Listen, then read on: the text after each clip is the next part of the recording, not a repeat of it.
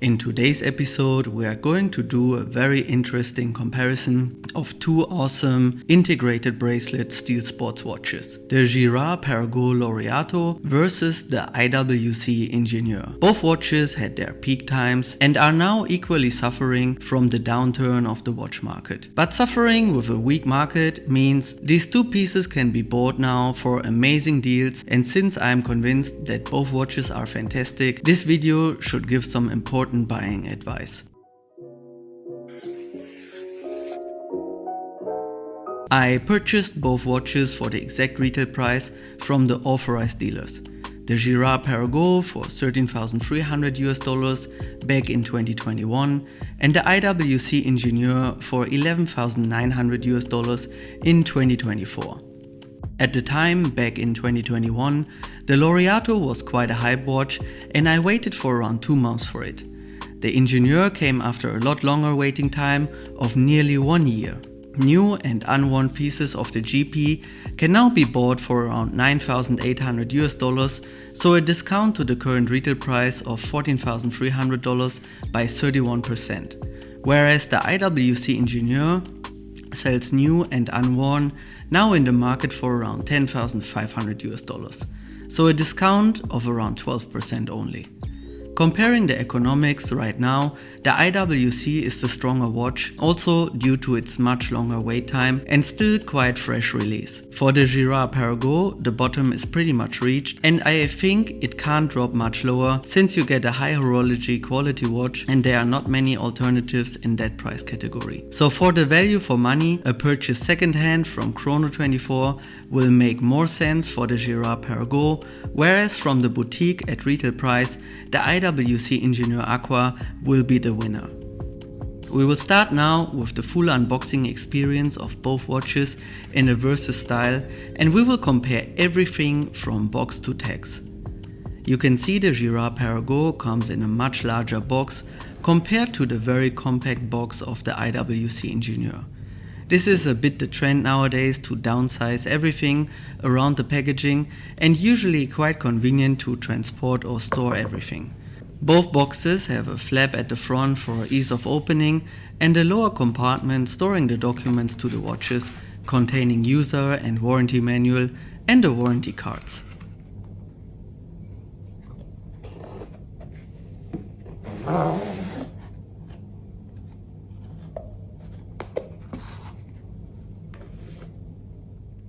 The user manual of the Girard Perregaux explaining every single bit about the watch in detail. And the warranty card to the Girard Perregaux presented in a nice envelope. The IWC has a much smaller but also specific user manual to the Ingenieur.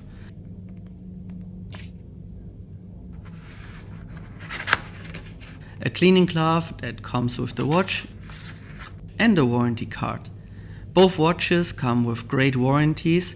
The Girard Perregaux has 5 years if bought and registered by an authorized dealer, while the IWC Ingenieur comes under 8 years if registered online after purchase. With 3 more years of full warranty, the IWC takes the win over here.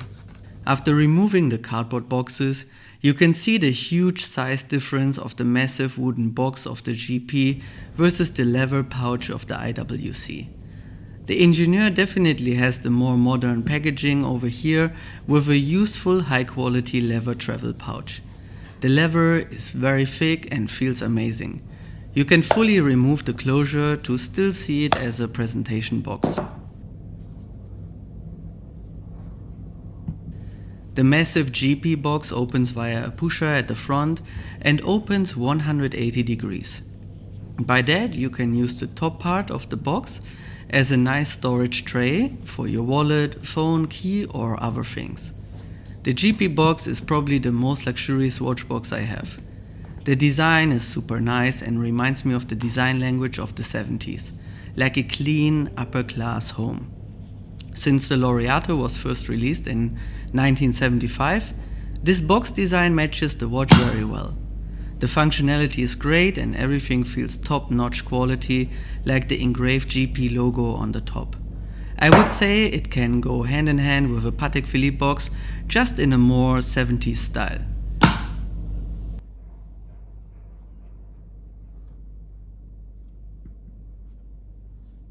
Underneath the inlay we can find the hang tag and the extra links to the watch. The watch cushion is made in a two-piece design and soft, so you can match it to your resized bracelet easily and it won't create any stretch to the bracelet. The IWC leather pouch has an interesting cushion in the inside with a secret compartment. Once you press the hidden button, the compartment opens where you can store the tools to adjust the bracelet and the extra links to your watch.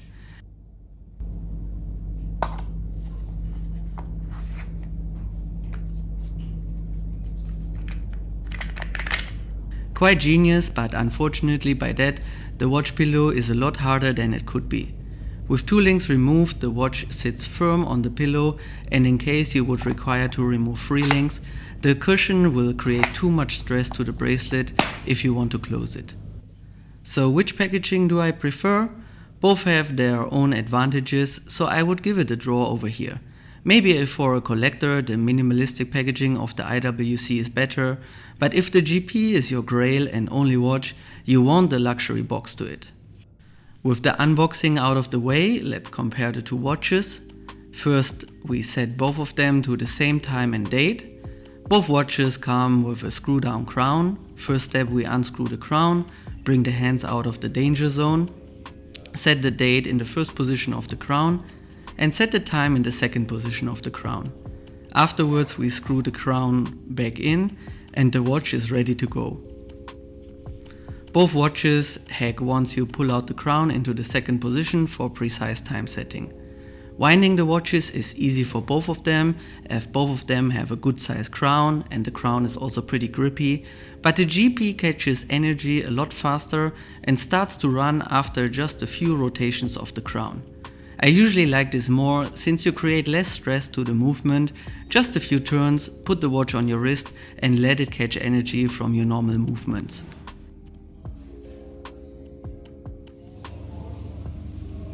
The GP comes at 10.7mm in thickness, 41.7mm in case diameter and spans lug to lug 48.6mm. The bracelet starts at 25.5mm. The IWC comes at 10.7mm in thickness as well, with a case diameter of exactly 40mm. The lug to lug spans over 45mm, and remember that both watches will wear bigger than the lug to lug span due to the fixed end links. For the dimensions, I overall prefer the IWC as it is a bit more modern and more wearable on medium-sized wrists.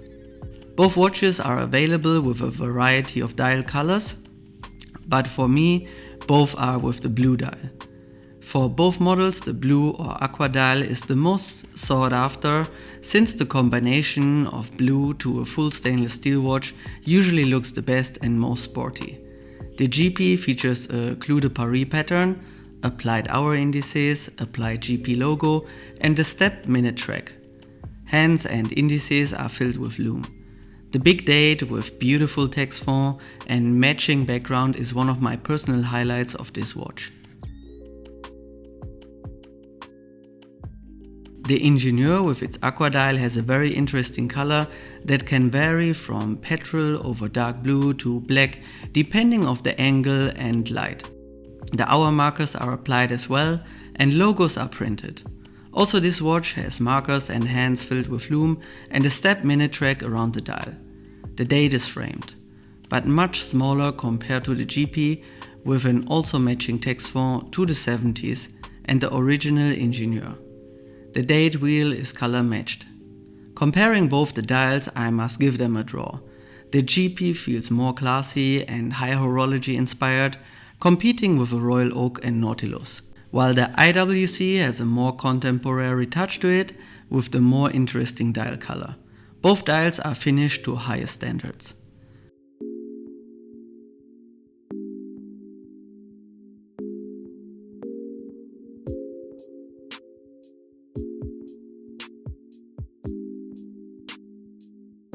Both watches feature well-crafted cases with brushed and polished surfaces. The GP case has the 8-sided bezel, which is secured from the back and works as a bolt to keep the watch together. The brushing is very fine. The lugs curve smoothly and the big open case back with polished closure ring and 6 screws is another highlight. The bracelet is super slim and comes with polished center links. The watch is finished to the same level of my Royal Oak, and whenever I held a Nautilus next to it, I couldn't find any better finishing on that one as well. The IWC Ingenieur case is inspired all the way back to its roots. The 5 bolts on top hold everything together, the crown guards are nicely integrated and the bracelet feels super comfortable and smooth. Unfortunately, this watch comes without an open case back, and while the finishing is high class, it just can't match the fine lines, super precise beveled edges and overall handmade feeling of the GP. The easy adjustment of the IWC bracelet is a plus, but not a big deal, and since the tools can easily scratch the bracelet of the IWC, I don't even like it that much. Both watches come with a nearly identical sequential butterfly folding clasp, so for case and bracelet I will give the win to the GP since the stunning high horology finishing you will get with the watch.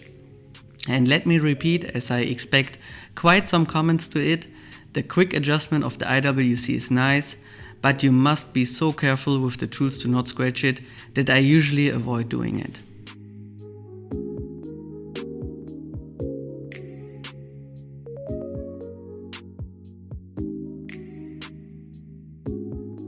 The movement inside the GP is a Girard Perregaux in-house caliber called GP01800, which is decorated to highest standards.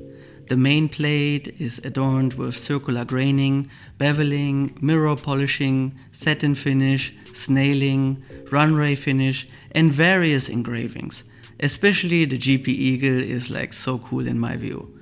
The bridges are decorated with straight Côte de Genève and the rhodium plated oscillating weight is embellished with circular Côte de Genève. GP went all out with the movement finishing and decoration and is pretty much unbeaten for a sub 10k USD integrated bracelet watch on the second-hand market. The power reserve is 52 hours. The IWC comes with the 32111 caliber, which is manufactured in-house but based on the valve laureate movement. It winds bidirectional and comes with a strong 120 hours of power reserve.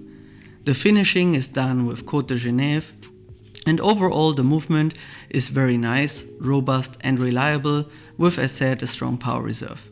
But you could get it in a much cheaper watch like a Baume & Mercier Baumatic. So the winner for the movement is, by a mile, the Girard Perregaux Laureato. In my view, I would not miss the extra 70 hours of power reserve that you will get with the IWC, since the GP comes also with a strong power reserve of more than 50 hours and the movement catches energy so well that you only have to give it a few rotations of the crown to power it up. Also, the movement of the GP is finished up to highest standards and for a watch in this price class is pretty much unbeaten. So you get a movement that you can adore every day through the open case back, what is pretty awesome.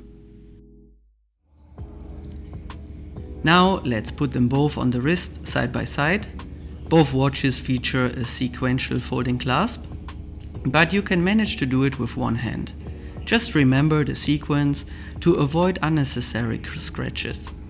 Also, both watches slip easily on the wrist without pulling hair or sharp edges.